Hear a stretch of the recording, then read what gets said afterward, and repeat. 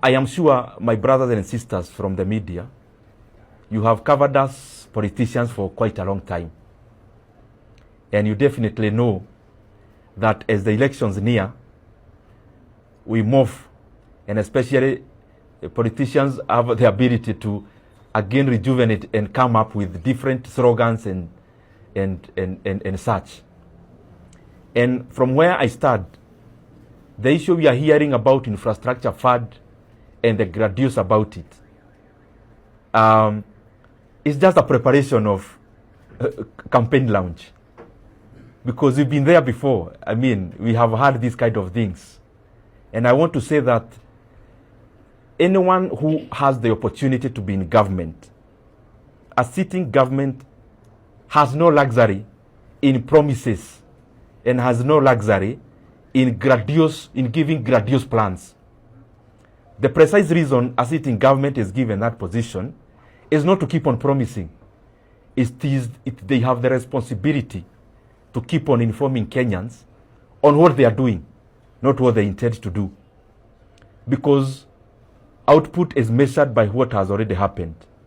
Output is not measured by what by the amount of promises. And as we talk about the grand plans, now we are talking about trillions of funds. You know, it reminds me like what I said the other day when you were here, that a man in the house goes and calls their family for a meeting in the evening, and they go and sell to them an agenda of going to the moon. And to make it very real, they actually almost dressed in the astronaut's attire. But unfortunately, the people you are telling to go to the moon, some of them that evening, they haven't eaten, and some already have leaking roofs.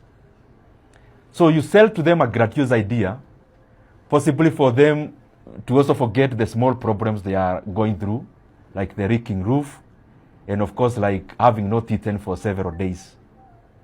But unfortunately, even after selling that idea, after a day or two, they'll still remind you that even if you're going there, we haven't eaten, and our roofs are leaking.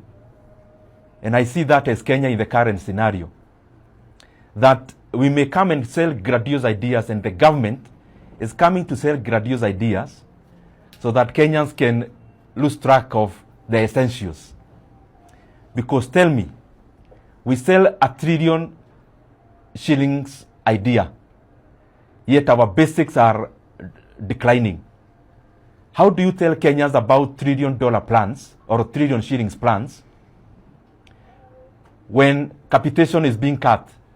Essential social investment like education, and especially in capitation, is being reduced, and at the same time you are selling $1 trillion shillings plans.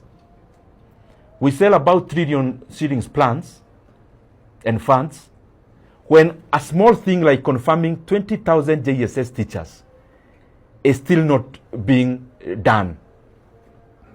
And those are the basics that the country must not lose track of, so that we don't get lost in political messaging of grandiose trillion funds, and then we lose the essentials that put the Kenyan economy and its fabric in its strength.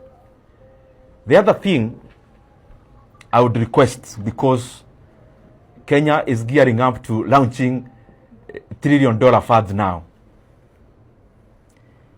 the preamble of that should be first to inform Kenyans that the government has borrowed close to 4 trillion shillings in the 3 years and 2 months it has been around. I mean close to 4 trillion Kenya shillings. This is enough money, because as you read the PMF Act and all the laws of Kenya, borrowing should only happen for capital expenditure, which is for development. And if that is so, then Kenya has borrowed 4 trillion shillings in the last barely 3 years and 2 months. So that is enough money. And I want you to hear this. 4 trillion Kenya shillings is the money we have borrowed as a country. Close to 4 trillion in the last 3 years and 2 months. And 4 trillion shillings is the one we have borrowed, as I keep saying, in the official book of loans. There are other debts on the side which are borrowed illegally. So 4 trillion shillings, before we talk about the launching of trillion shillings fund, I would request those who are in government to come first and face Kenyans and tell them what the government has done with the 4 trillion Kenya shillings that Kenya has borrowed in the last 3 years and 2 months. And to put it into context, 4 trillion Kenya shillings borrowed in the last, or close to 4 trillion borrowed in the recent past. That is enough money to have made education free, basic education free. We actually need only a top-up for the entire 3 years that has been there. We only could have needed only 100 billion to make education totally free in terms of basic education. The money we have borrowed is enough to have made education in the tertiary institutions free for all the over 500 undergraduates in our universities, both in public and private.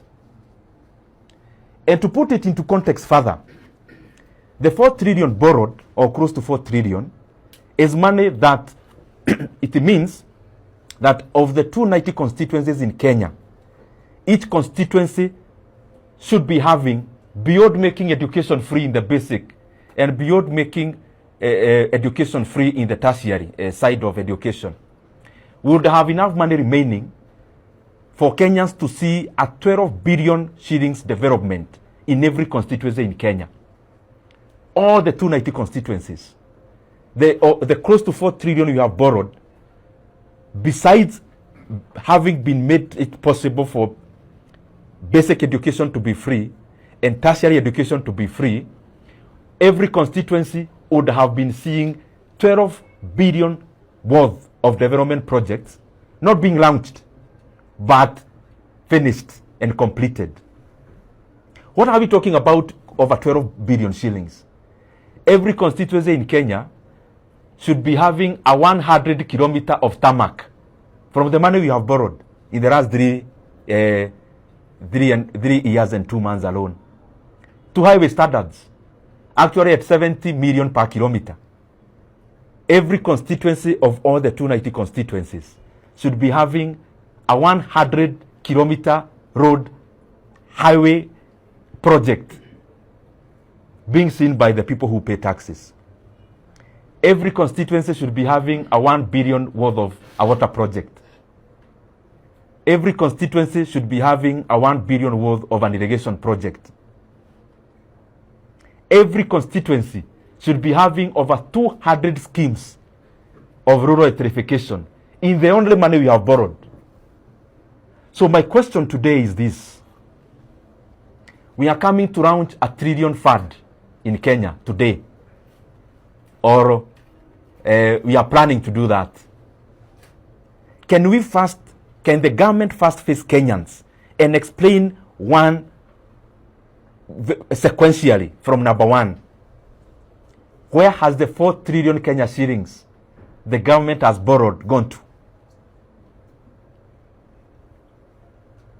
Because as we talk about what we want to raise, can we first audit what we have already incurred so that we see the better way of moving forward as a country? The other thing,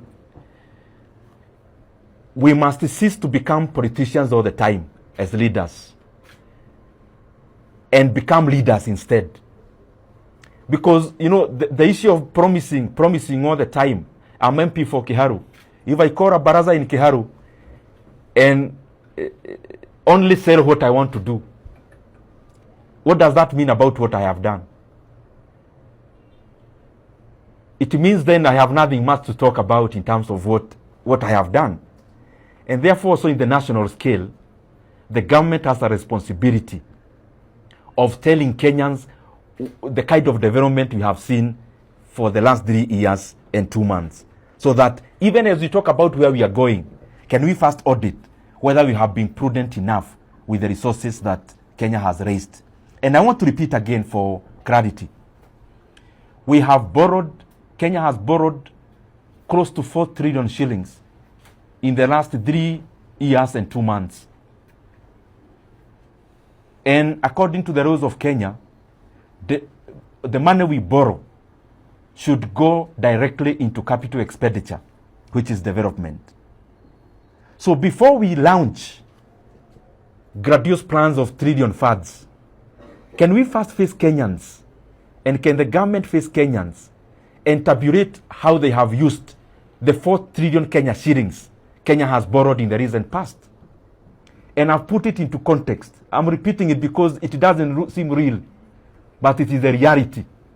That the 4 trillion Kenya shillings Kenya has borrowed is enough to have made education free, both basic and tertiary.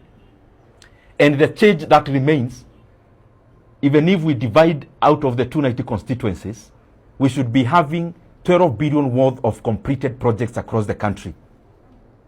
12 billion worth in every constituency means 100 kilometers of road in every constituency in Kenya at 70 million per kilometer. That is highway standards. We should be having a 1 billion worth of a water project, a 1 billion worth of an irrigation project. We should be having over 200 schemes completed, electrification schemes, and still we'll be remaining with change.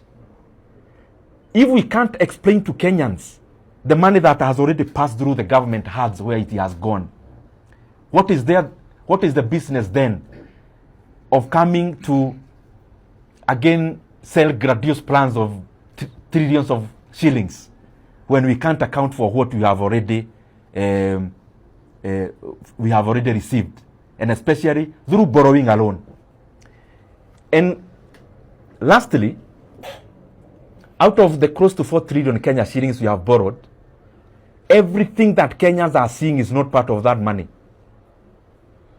Every ongoing road project in Kenya, especially completion of the road projects that are ongoing, that's a separate loan called securitization, which is illegal. When you see stadiums being constructed in Kenya, that is also not part of this 4 trillion. That's another borrowing called Talanta Board. When you hear about a program called Nyoro, the one for alleviating unemployment in terms of the youth, that's also not part of that money. That's money we are receiving from World Bank.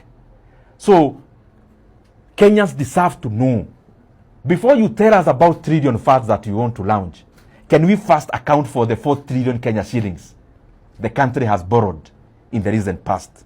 Very lastly, it is important for us to be data-driven as leaders. You know, we keep saying that 10,000 kilometers of roads were constructed from 2013 to 2012 in Kenya. That is incorrect. And I would challenge the government to actually tabulate the roads that we keep hearing of 10,000 kilometers of road.